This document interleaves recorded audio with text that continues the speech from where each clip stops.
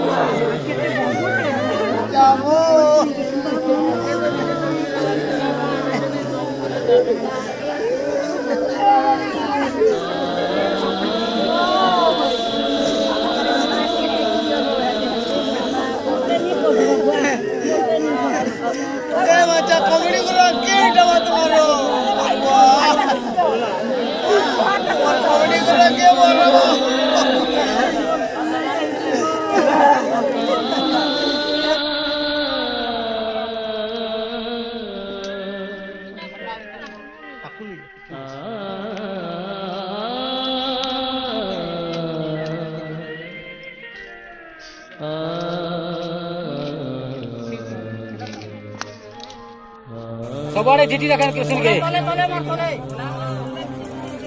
तोले मार तोले पूरा तोले तोले हेगला हेतकी बचे था थाउ थाउ हे प्रभु भल भल मनुष्य जे कि एक्चुअल किसी काम करते भल काम करते से मानकु का करती एतकी जल्दी नहीं जासु डुलु दा गुटे मेलापी गोटे सुस्त मस्तिष्क बहुत बढ़िया कॉमेडियन जे कि बिना किसी कंट्रोवर्सी बिना कहारी गाली गोलमाल रे फसिक निजर कंटेंट करे ध्यान देकर निजे परिश्रम करते और से ताकू तु नहीं गलु तोर पास के का करे एंता कलु प्रभु डुलुदा जेन भी थाउन ताकर अमर आत्मार सदगति आम कामना करवार संगे ताकर सुख संतप परिवार जे कि ताकू झुरी झुरी कांदी कांदी बहुत दुख है दिन काटुवे तो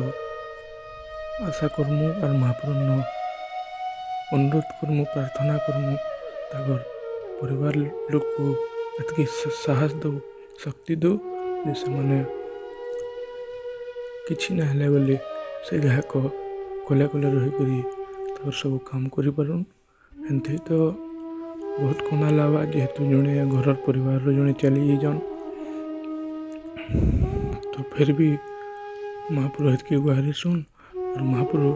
इजन फैन मान कर तरफ आमर मान करवागिर डुलु दागे भल जगार रखिथबू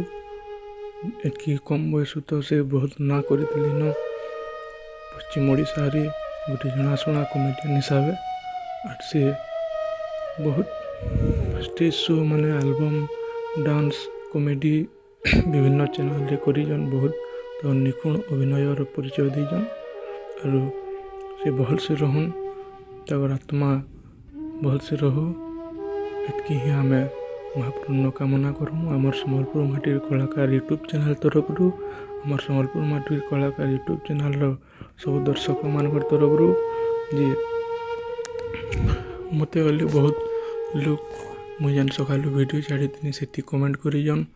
जे हमको विश्वास ना बार सपन सपन देखुच बाकी लगुचे तो हाँ मोर भाई मैंने मत भी हेन्ता लगी राति बेले घटना पाई और मुझे खाऊली और से खाला बेल के घटना पाइली बहुत दुख लगी तो आमर सभी निजके संभल कर रहन इटा हार्श रियालिटी आमको मानि नबार पड़वा ये डुलुदा आमर पाखे हारू नान किंतु ताकर से जेन स्मृति ताकर से जेन कॉमेडी माने जेन आमको दे जन सेटा आमर पाखे अच्छे सेटा के सुर कर रहमा सेटा के देखी देखी आमर पाखे गोटे सोना आमर पाखे गोटे हीरा आमर पाखे गोटे महान कॉमेडियन थे और पश्चिम ओडिशा रे किछि समाज के कमेडी माध्यम रे जे दुखी कानुला ताई हसौले बोली भावमा इतकी कहीकि रोचे। सिद्धांत पुरोहित, धन्यवाद।